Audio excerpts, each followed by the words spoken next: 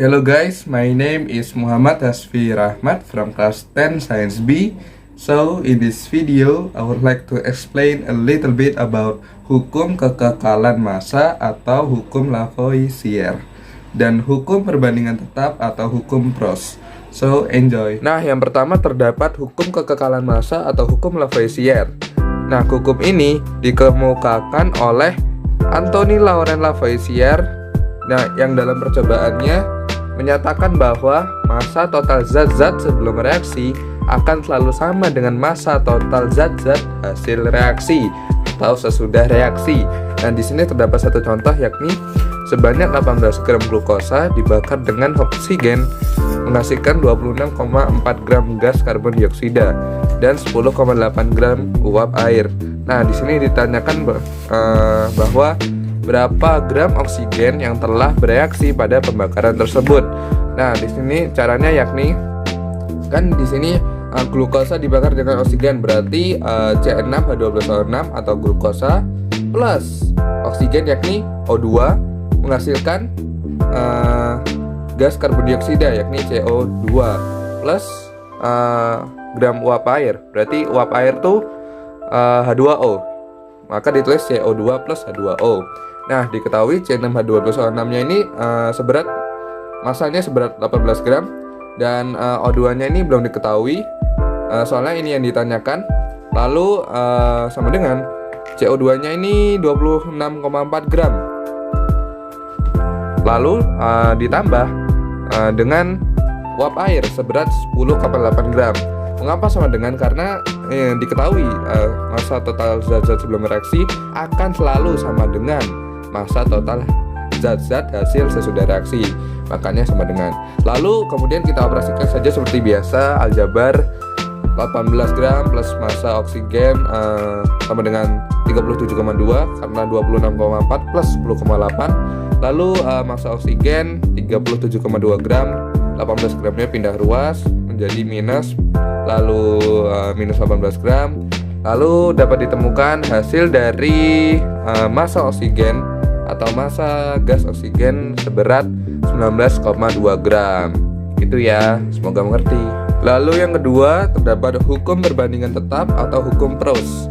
Nah, hukum ini dikemukakan oleh Joseph Louis Proust pada tahun 1799 Masehi. Yang dalam percobaannya dia mengemukakan atau menemukan bahwa perbandingan massa unsur-unsur dalam satu senyawa adalah tertentu dan tetap. Nah, di sini terdapat satu contoh. Soalnya yakni di dalam senyawa AB perbandingan massa A dan B yakni 2:1.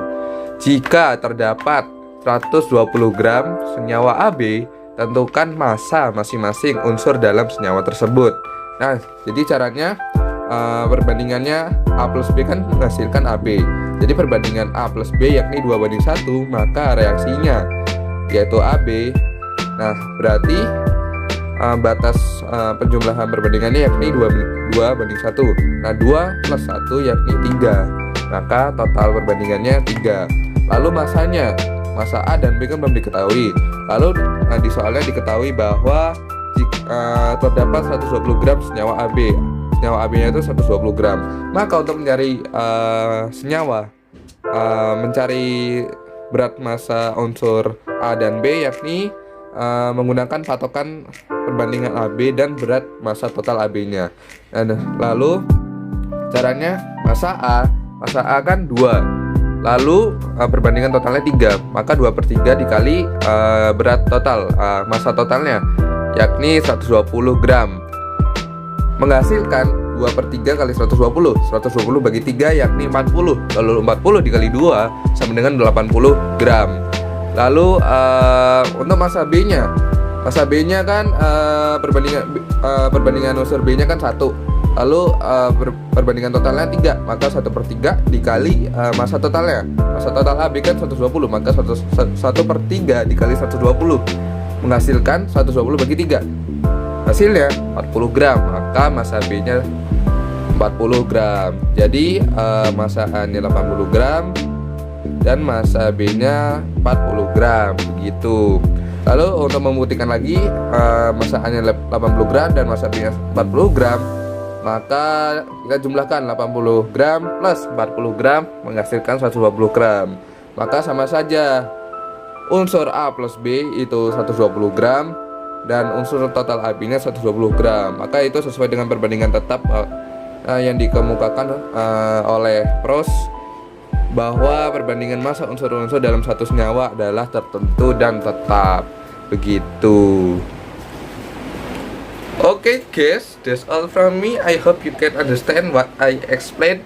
So thank you and see you on the next video. Bye bye.